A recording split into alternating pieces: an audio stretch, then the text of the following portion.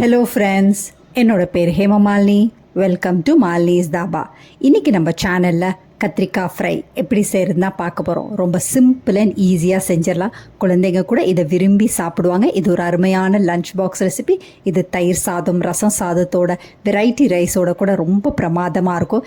இன்றைக்கி நம்ம செய்கிற கத்திரிக்காய் ஃப்ரை ஒரு ஃப்ரெஷ்ஷாக மசாலா பொடி ரெடி பண்ணி தான் இதை செய்ய போகிறோம். அதனால் டேஸ்ட் கண்டிப்பாக ரொம்ப நல்லாயிருக்கும். ட்ரை பண்ணி பாருங்கள்.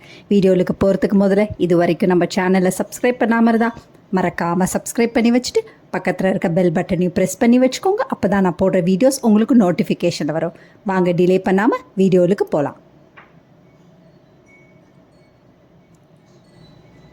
கத்திரிக்காய் ஃப்ரை செய்கிறதுக்கு நான் இன்றைக்கி இரும்பு கடாய் அடுப்பில் வச்சுருக்கேன். இதில் 3-4 டேபிள் ஸ்பூன் அளவுக்கு எண்ணெய் சேர்த்துக்கோங்க. எண்ணெய் நல்லா சூடானோன்னு 1 டீஸ்பூன் கடுகு, 3/4 டீஸ்பூன் உளுந்து, 3/4 டீஸ்பூன் சோம்பு சேர்த்துக்கோங்க. அதோட 2 டீஸ்பூன் அளவுக்கு கடலைப்பருப்பு சேர்த்துக்கோங்க.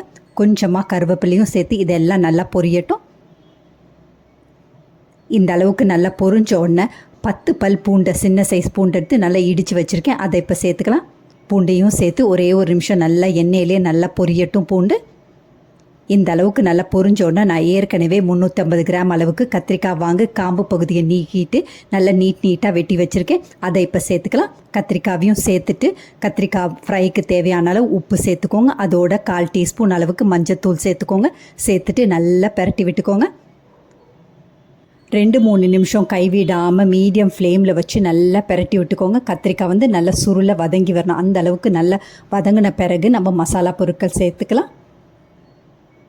இப்போ பாருங்கள், இந்த அளவுக்கு நல்லா வதங்கினோன்னே இதில் 1 டீஸ்பூன் அளவுக்கு காஷ்மீரி மிளகாய் தூள் சேர்த்துக்கோங்க. கலருக்காக தான் சேர்க்குறது. இதில் 1/4 டீஸ்பூன் அளவுக்கு காரமுள்ள மிளகாய் தூள் சேர்த்துக்கோங்க. 2 நிமிஷம் கைவிடாமல் நல்லா பெரட்டி விட்டுக்கோங்க. மிளகாய்த்தூள் எல்லா கத்திரிக்காயிலையும் படுற மாதிரி நல்லா பெரட்டி விட்டுக்கோங்க. எண்ணெயிலே நல்லா வதங்கி வரட்டும். இந்த அளவுக்கு நல்லா வதங்கின பிறகு இது மூடியை போட்டு அப்படியே கரெக்டாக 3-4 நிமிஷம் நல்லா மீடியம் டு லோ ஃப்ளேமில் நல்லா வேகட்டும். அதிக நேரம் வெந்துச்சுன்னா கத்திரிக்காய் குழஞ்சி போயிடும். அதனால் கரெக்டாக 3-4 நிமிஷம் வெந்தால் சரியாக இருக்கும். அதுக்குள்ளே இதுக்கு ஒரு ஃப்ரெஷ்ஷாக ஒரு பொடி ரெடி பண்ணிக்கலாம். அதுக்கு ஒரு சின்ன பேன் அடுப்பில் வச்சுருக்கேன். 1 டீஸ்பூன் வர கொத்தமல்லி, 3/4 டீஸ்பூன் சோம்பு, 3/4 டீஸ்பூன் சீரகம் சேர்த்து நல்லா ஃப்ரை பண்ணிக்கோங்க. நல்லா வாசம் வரணும். அதே நேரத்தில் பொன் நிறமாகணும். அந்த அளவுக்கு வந்தோன்னே அடுப்பை ஆஃப் பண்ணிவிட்டு இது நல்லா கூல் ஆனோன்னு உரலில் போட்டு நல்லா இடித்து நல்லா பவுடர் மாதிரி ஆக்கிக்கலாம். இன்னொரு பக்கத்தில் பாருங்கள், கத்திரிக்காவும் நல்லா வெந்திருக்கு. 3-4 நிமிஷத்துலேயே நல்லா வெந்திருக்கு. இது ஒரே ஒரு பெரட்டிட்டு நம்ம ஏற்கனவே நல்லா பொடி பண்ணி வச்சுருக்க அந்த மசாலாவை சேர்த்துக்கலாம். அதையும் சேர்த்துட்டு நல்லா பெரட்டி விட்டுக்கோங்க.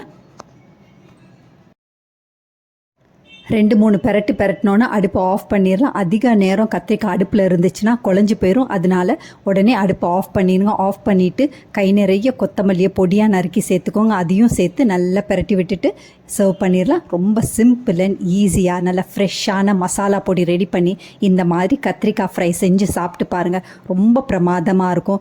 இது எலுமிச்சம்பழம் சாதத்தோட கூட ரொம்ப டேஸ்ட்டாக இருக்கும். குறிப்பாக ரசம் சாதம், தயிர் சாதத்தோட ரொம்ப பிரமாதமாக இருக்கும். இதே மாதிரி அளவுகளோட நீங்களும் இந்த கத்திரிக்காய் ஃப்ரையை செஞ்சு பார்த்துட்டு எப்படி இருக்குன்னு கமெண்ட் பண்ணுங்கள். பிடிச்சிருந்தா இந்த ரெசிபியை உங்கள் ஃபேமிலி ஃப்ரெண்ட்ஸோட ஷேர் பண்ணுங்கள், லைக் பண்ணுங்கள், சேவ் பண்ணி வச்சுக்கோங்க.